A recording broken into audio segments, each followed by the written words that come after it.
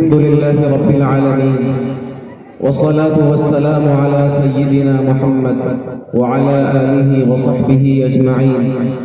أما بعد، فأعوذ بالله من الشيطان الرجيم. بسم الله الرحمن الرحيم. ومن لم يحكم بما أنزل الله فأولئك هم الكافرون. صدق الله العظيم. حضرات گرامی، یہ پوری کائنات اللہ رب العالمین کی مخلوق ہے۔ قرآن مجید کا اعلان ہے، خالق کل شیء، اللہ ہر چیز کا خالق ہے اور پوری مخلوق، پوری کائنات اس کی پیدا کی ہوئی ہے۔ اور ظاہر سی بات ہے کہ جو چیز جس کی ہو اس پر اختیار، فیصلے کا حق چیز والے کو ہوتا ہے۔ گھر آپ کا ہو، رہنے کا حق بھی آپ کو ہوگا۔ اگر آپ کے گھر میں آپ کے اختیار کے بغیر میں رہوں تو آپ اسے کبھی گوارا نہیں کریں گے۔ کوئی نوکر میرا ہے تو اس پر فیصلے کا اختیار میرا ہوگا۔ میرے اختیار کے بغیر آپ اگر اس پر حکومت کرنا چاہیں تو آپ نہیں کر سکتے۔ یہ پوری کائنات اللہ رب العالمین کی ہے۔ جب دنیا کی ان معمولی چیزوں کے اندر یہ صورتحال ہے کہ جو چیز جس کی ہے اختیار بھی اس پر اسی کا ہوتا ہے، تو اس پوری کائنات کے بارے میں آپ کا کیا خیال ہے؟ جس کائنات کے بارے میں قرآن مجید نے کہا،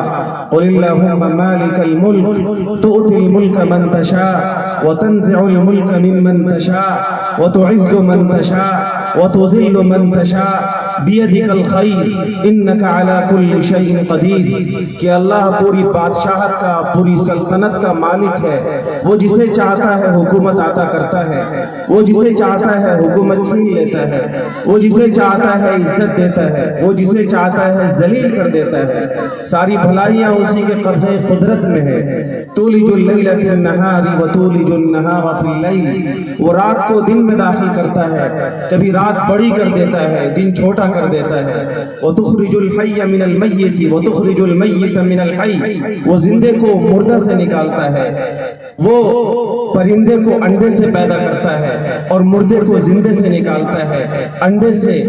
انڈے سے پرندے کو وجود بخشتا ہے اور اسی پرندے سے انڈا نکلتا ہے۔ یہ ساری چیزیں جس کو قرآن مجید کی آیت میں تفصیل کے ساتھ بیان کیا گیا، جس سے یہ پیغام ملتا ہے کہ یہ پوری کائنات اللہ رب العالمین کی مخلوق ہے، تو ظاہر سی بات ہے کہ اس پوری کائنات پر کنٹرول بھی اللہ کا ہی ہوگا، اس پوری کائنات پر فیصلہ بھی اللہ ہی کا چلے گا، اس پوری کائنات پر قانون بھی اللہ ہی کا چلے گا۔ یہی عقل کا بھی فیصلہ ہے اور یہی قرآن مجید کا بھی دو ٹوک اعلان ہے، ان الحکم الا للہ۔ اے لوگو، اس کائنات پر فیصلہ، اس کائنات پر قانون، اس کائنات پر حکم صرف اسی ایک اللہ کا چلے گا۔ ولا یشرک فی حکمہ احدا، قرآن کریم نے کہا کہ اللہ اس کائنات میں اپنی مخلوقات کے بارے میں فیصلہ کرنے میں کسی دوسرے کو اپنا شریک نہیں کرتا۔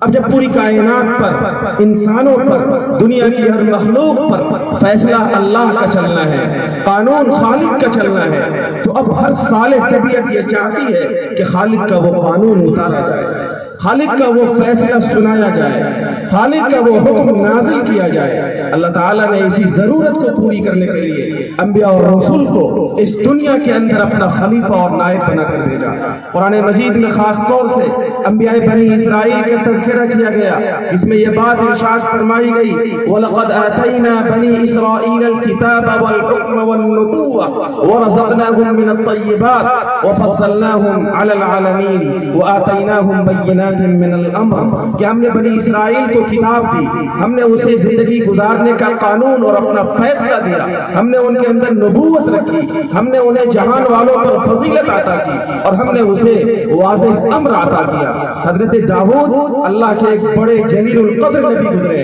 ان کو خطاب کر کے قرآن مجید میں اللہ رب العالمین نے فرمایا، یا داؤد انا جعلناک خلیفۃ فی الارض فاحکم بین الناس بالحق ولا تتبع الہوى فیضلک عن سبیل اللہ۔ اے داؤد، ہم نے زمین میں آپ کو اپنا نائب بنایا ہے، اور نائب اس لیے بنایا ہے تاکہ ہم نے مخلوق کے نام، انسانوں کے نام اپنا جو قانون اتارا ہے، اپنا جو فیصلہ اتارا ہے، آپ اس فیصلے کو، اس قانون کو لوگوں کے اندر جاری کیجئے اور اللہ کے اس قانون کو نافذ کرنے میں آپ کبھی بھی خواہش کی پیروی مت کیجئے۔ آخری نبی ہمارے آقا سرکار دو عالم صلی اللہ علیہ وسلم کو خطاب کر کے اللہ نے کہا فَحْكُمْ بَيْنَهُمْ بِمَا أَنزَلَ اللَّهُ بِالْحَقِّ وَلَا تَتَّبِعْ عَمَّا جَاءَهُمْ۔ اے نبی آپ لوگوں کے درمیان حق کے ساتھ فیصلہ فرمائیے اور لوگوں کی خواہشات، کسی کی خواہش آپ کو اللہ کے اس قانون، اللہ کے اس امر اور اللہ کے اس حکم کے خلاف فیصلہ کرنے پر آمادہ نہ کرے۔ میرے بزرگوں، وہ قانون اتار دیا گیا، خالق کا، پوری کائنات کے رب کا وہ فیصلہ، وہ امر، وہ قانون جو انسانیت کے لیے خیر ہی خیر رکھتا ہے، انبیاء کے ذریعے سے اتار دیا گیا اور پوری دنیا کے انسانوں کو قرآن مجید نے یہ دو ٹوک فیصلہ سنایا وَمَن لَمْ يَحْكُمْ بِمَا أَنزَلَ اللَّهُ فَأُولَئِكَ هُمُ الْكَافِرُونَ۔ اے لوگو، جو اللہ کے اس قانون کے مطابق جو پوری کائنات کے خالق نے انسانوں کے نام اتارا ہے، اللہ نے اپنی مخلوق کے لیے زندگی گزارنے کا جو دستور عطا کیا ہے، دنیا کا کوئی قاضی، دنیا کا کوئی جسٹس، دنیا کا کوئی پنچ اور ثالث، دنیا کا کوئی فیصل اللہ کے اس قانون کے مطابق اگر انسانوں کے درمیان فیصلہ نہ کرے تو وہ اللہ کے قانون کا منکر ہے، وہ اللہ کے دستور کا منکر ہے، وہ اللہ کے فیصلے کا انکار کرنے والا ہے۔ اللہ تعالیٰ نے وہ قانون انبیاء اور رسول کے ذریعے سے انسانوں کے نام عطا فرما دیا ہے۔ یہ وہ قانون ہے جس قانون پر اگر انسان عمل کر لے تو قرآن نے کہا الا بذکر اللہ تطمئن القلوب، کہ لوگوں اللہ کے اس قانون کو مانو گے، اللہ کو یاد کرو گے، اللہ کے اس دستور پر عمل کرو گے تو اللہ کی یاد تازہ رہے گی اور اللہ کے قانون پر عمل کر کے، اللہ کو یاد کر کے ہی تم اپنے دلوں کو سکون پہنچا سکتے ہو۔ اور یہ بھی فرمایا گیا کہ جو آدمی اللہ کے ذکر سے، اللہ کے قانون سے، اللہ کے دستور سے، خالق کے فیصلے سے بغاوت کرے گا وَمَنْ أَعْرَضَ عَنْ ذِكْرِي فَإِنَّ لَهُ مَعِيشَةً ضَنْكًا۔ اللہ نے انسانوں کو جو قانون دیا، زندگی گزارنے کا جو دستور دیا، اگر دنیا کا انسان اللہ کے اس دستور سے اور اللہ کے اس قانون سے بغاوت کرے گا معیشتاً ضنکا، تو اس کی زندگی میں خیر نہیں آئے گا، اس کی زندگی میں تنگی کے سوا کوئی چیز نہیں آئے گی۔ میرے بھائیوں، دنیا کے انسان کا خیر، دنیا کے انسان کی بھلائی اس بات کے اندر چھپی ہوئی ہے کہ وہ زندگی کے ہر معاملے میں اللہ کے اس فیصلے کو، اللہ کے اس قانون کو، اللہ کے اس حکم کو جو انبیاء کے ذریعے سے اللہ نے اسے عطا کیا ہے اس کو مانے۔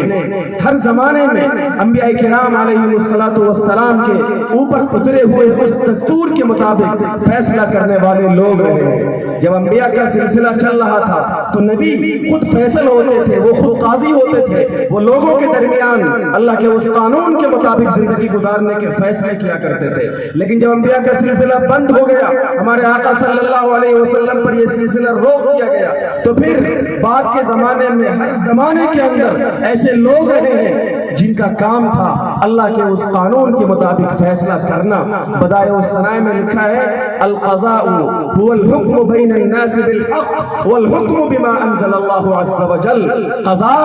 یہ فیصلہ کرنا ہے اللہ کے قانون کے مطابق لوگوں کے درمیان، اور قضاء یہ نام ہے اللہ کے قانون کے مطابق انسانوں کے درمیان فیصلہ کرنے کا۔ آپ کے مدرسہ عرفیہ سنگرام میں آپ کی خوش نصیبی اور سعادت کی بات ہے کہ یہاں دارالقضاء قائم ہو رہا ہے۔ دارالقضاء کا مطلب اللہ کے قانون کے مطابق فیصلہ کرنے کا ادارہ۔ یہ ادارہ آپ کو اللہ کے قانون کے مطابق آپ کے جھگڑوں میں آپ کا فیصلہ بتائے گا۔ میاں بیوی کا جھگڑا ہو، اللہ کا قانون آپ کو کیا فیصلہ سناتا ہے۔ زمین کا جھگڑا ہو، اللہ کا قانون آپ کو کیا فیصلہ پڑھ کے سناتا ہے۔ قاضی کا کام ہے اللہ کے اس قانون کے مطابق فیصلہ کرنا۔ اب سنگرام کے، جھنجھار پور کے، اطراف کے ایک ایک مسلمان کی یہ ذمہ داری ہے کہ اگر وہ اپنے علاقے میں خوشحال سماج کی تشکیل چاہتے ہیں، اگر وہ اپنے علاقے کے اندر پرامن معاشرے کی تشکیل چاہتے ہیں، تو اللہ کے اس قانون کے مطابق فیصلہ کرنے کے لیے یہاں پر دارالقضاء کے نام سے جو ادارہ قائم کیا جا رہا ہے، جہاں کا قاضی اللہ کے دستور کے مطابق آپ کو فیصلے سنائے گا۔ آپ میں کے ہر شخص کی ذمہ داری ہے کہ سماج کا کوئی بھی جھگڑا ہو، اپنے اس جھگڑے کو آپ اس ادارے کے اندر لائیں گے انشاءاللہ۔ میرے بھائیوں، میں آخری بات سنا کر اپنی بات مکمل کرتا ہوں۔ آج اس ملک کی جو صورتحال ہے، اس صورتحال میں ہم لوگ اپنے بہت سارے مسائل میں حکومت سے اپنا رونا روتے ہیں، حکومت کے سامنے ہم اپنی فریاد پیش کرتے ہیں۔ ہم 3 طلاق کا معاملہ آیا، پرسنل لا کے مسائل پر اٹیک کی بات ہوئی،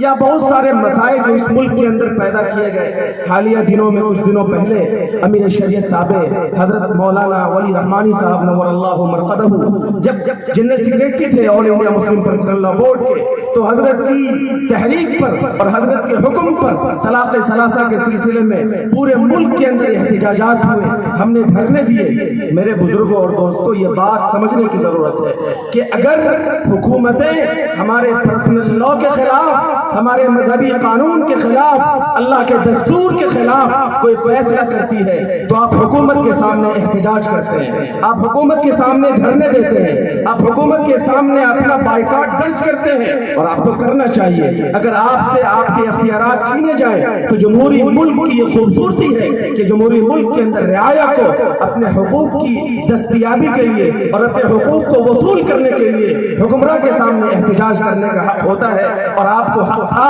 آپ نے احتجاج کیا۔ لیکن میرے بزرگوں، جھنجھار پور کے مسلمانوں، مجھے بتاؤ، اللہ کے وہ قانون جس پر عمل کرنے سے حکومت ہمیں نہیں روکتی، میاں بیوی کا اختلاف ہو گیا، جھگڑے پر فیصلہ کروانا ہے، اللہ کا قانون یہ کہتا ہے کہ آپ شرعی عدالت میں اس معاملے کو لے جائیے، دارالقضاء میں اس معاملے کو لے جائیے۔ اگر ہم وہاں اپنے معاملے کو نہیں لے جاتے تو مجرم کون ہے؟ مجرم حکومت ہے یا ہم ہیں؟ ہم سب کو یہ سوچنے کی ضرورت ہے کہ اگر حکومت کسی معاملے میں ہمارے پرسنل لا اور دستور کے خلاف کوئی قانون بناتی ہے، پورے ملک کا مسلمان سراپا احتجاج بن جاتا ہے۔ لیکن دیگر معاملات میں جن میں حکومتوں نے ہمارے اوپر کوئی باؤنڈیشن نہیں کی، ہمارے اوپر کوئی رکاوٹ نہیں کی، ہمارے خلاف کوئی فیصلہ نہیں کیا، ہم آخر ان جھگڑوں میں، ان معاملات میں اپنے معاملات کو اسلامی عدالت میں، اسلامی عدالت کے قاضی کے حوالے کیوں نہیں کرتے؟ میرے بھائی اور بزرگوں، یاد رکھیے، اگر اللہ تعالیٰ کے قانون کے خلاف ہم بغاوت کریں گے، اگر ہم اللہ تعالیٰ کے قانون کے خلاف اپنی زندگی گزاریں گے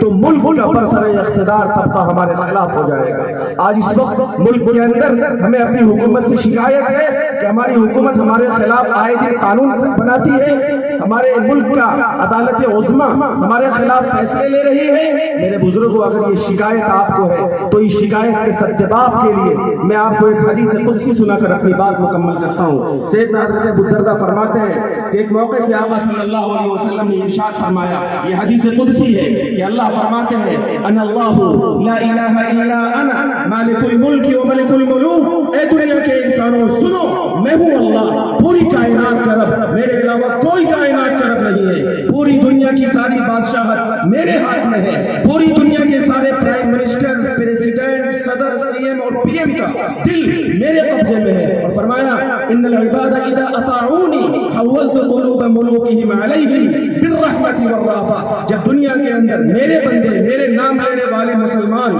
جھنجھار پور کے یہ لوگ میرے قانون کے مطابق زندگی گزارتے ہیں، اپنے معاملات کو اسلامی قانون کے مطابق طے کرتے ہیں، اپنے جھگڑوں کو دارالقضاء میں لے جا کر اسلامی قانون کے مطابق حل کرتے ہیں، میرے بندوں کی زندگی میں اطاعت ہوتی ہے تو ان کے بادشاہوں کے دل میں رحمت ڈال دیتا ہوں، ان کا وزیر اعظم، ان کا وزیر اعلیٰ، ان کے علاقے کا ڈی ایم، ڈسٹرکٹ مجسٹریٹ، ان کے علاقے کے تمام حاکم ان کے بارے میں اچھا فیصلہ کرتے ہیں۔ اور فرمایا اللہ نے، ان العباد اذا عصونی، جب میرے بندے میری نافرمانی کرتے ہیں، میاں بیوی میں جھگڑا ہو گیا، لڑکی والوں کو غصہ آ گیا کہ اچھا میری بیٹی پر ظلم کرتا ہے، اب اس ظالم شخص کو میں نہیں چھوڑوں گا، چلے گئے سرکاری عدالت اور کورٹ میں 498 کا جھوٹا کیس کر دیا، ڈوری ایکٹ کا جھوٹا کیس کر دیا، بندوں نے اللہ کے حکم کی خلاف ورزی کی، معصیت کی، نافرمانی کی، اللہ کے قانون کو ٹھکرا دیا، اپنے جھگڑوں کو حل اسلامی قانون کے مطابق کرنا چاہیے تھا، اپنے جھگڑوں کو لے کر دارالقضاء میں جانا چاہیے تھا، نہیں گئے، اللہ کی معصیت کی اور چلے گئے دوسری جگہوں پر۔ تو جب بندے اللہ کے قانون کو ٹھکرا دیتے ہیں اور چھوڑ دیتے ہیں تو پھر کیا ہوتا ہے؟ حولت قلوب ملوکہم علیہم بالسخطۃ والندمہ، آقا فرماتے ہیں کہ اللہ فرماتے ہیں کہ پھر میں ایسی صورت میں جب میرے بندے میرے احکامات کو ٹھکرا کر میری نافرمانی کرتے ہیں تو میں بادشاہوں کے دل میں غصہ ڈال دیتا ہوں،